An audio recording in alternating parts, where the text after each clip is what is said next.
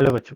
Let's read this question. So this question says, the mass and diameter of a planet are twice that of the Earth. The period of oscillation of the pendulum on this planet will be for second pendulum. Okay, for a second pendulum. यहाँ पर बताना है, ठीक है। अब देखिए बच्चों, इस क्वेश्चन का की कॉन्सेप्ट आप क्या लिख सकते हैं? The key concept of this question, इस क्वेश्चन का की कॉन्सेप्ट आपको टाइम पीरियड यहाँ पर फाइंड आउट करके बताना है, ठीक है। पेंडुलम का टाइम पीरियड, ठीक है। टाइम पीरियड ऑफ पेंडुलम देखिए हम कैसे डिफाइन करते हैं। टाइम पीरियड, पेंडुलम का टाइम पीरियड होता है, देखिए E is equal to 2 pi times root of L over, ठीक है। ये आपका क्या कहलाता है? टाइम पीरियड कहलाता है। एल आपकी क्या है? लेंथ ऑफ द पेंडुलम है। जी क्या आपका एक्सेलेरेशन ड्यू टू ग्रेविटी। अर्थ पे देखिए हम जी को कैसे डिफाइन करते हैं। जी होता है आपका G M divided by R का स्क्वायर। जी क्या आपका? कैपिटल जी आपका universal gravitation constant and mass of the earth, R की आपकी रेडियस ऑफ द अर्थ, ठीक है। तो ऐसे हम जी को, स्मॉल जी को डिफाइन करते हैं। अब हम किसी एक दूसरे प्लेनेट पे गए, ये तो आपका जी कहाँ पर? आपके अर्थ पे, तो मैं उसको जी से लिख लेता हूँ, ठीक है।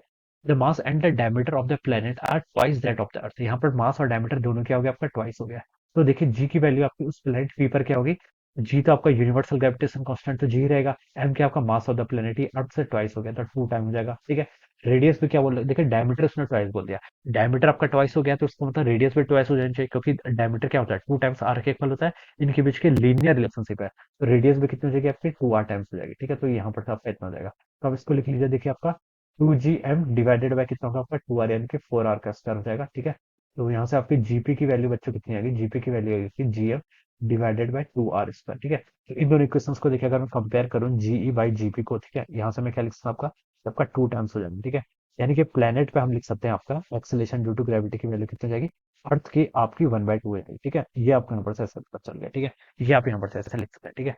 अब देखिए बच्चों, टाइम पीरियड किस पर डिपेंड करता है? लेंथ तो आपकी कांस्टेंट थी। टाइम पीरियड आपका देखिए इनवर्सली प्रोपोर्शनल है किसके? जी के, ठीक है। अब लिख सकता हूँ अर्थ पे देखिए जो आपका टाइम पीरियड था, वो किसको हम कैसे लिख सकते हैं? ये हो जाएगा आपका one over under root of acceleration due to gravity at earth, ठीक है, divided by time period on the planet. ये किसके इक्वल होगा? अंडर रूट ऑफ जीपी के इक्वल। और जीपी कितना आपका? रूट जीई बाई टू के इक्वल हो जाएगा। तो यहाँ पर आप इसको ऐसे लिख लीजिए, root of GE by two के इक्वल हो जाएगा, ठीक है। अब यहाँ से देखिए आप TE divided by TP calculate करेंगे, तो बच्चों देखिए ये कितना होगा? आपका रूट जी से आपका रूट जी कैंसिल हो गया, यहाँ पर आपका वन ओवर रूट टू ऐसे बन जाएगा। Time on the planet, planet पर देखिए आपका टाइम कितना हो जाएगा? आपका टाइम्स ऑफ टीई के इक्वल हो जाएगा, ठीक है। टाइम ऑन द अर्थ, ठीक है। अब देखिए अर्थ में इसका टाइम पीरियड क्या था? किसकी बात कर रहा है? देखिए फॉर इस सेकंड पेंडुलम, सेकंड पेंडुलम का टाइम पीरियड कितना? सेकंड के इक्वल होता है, ठीक है।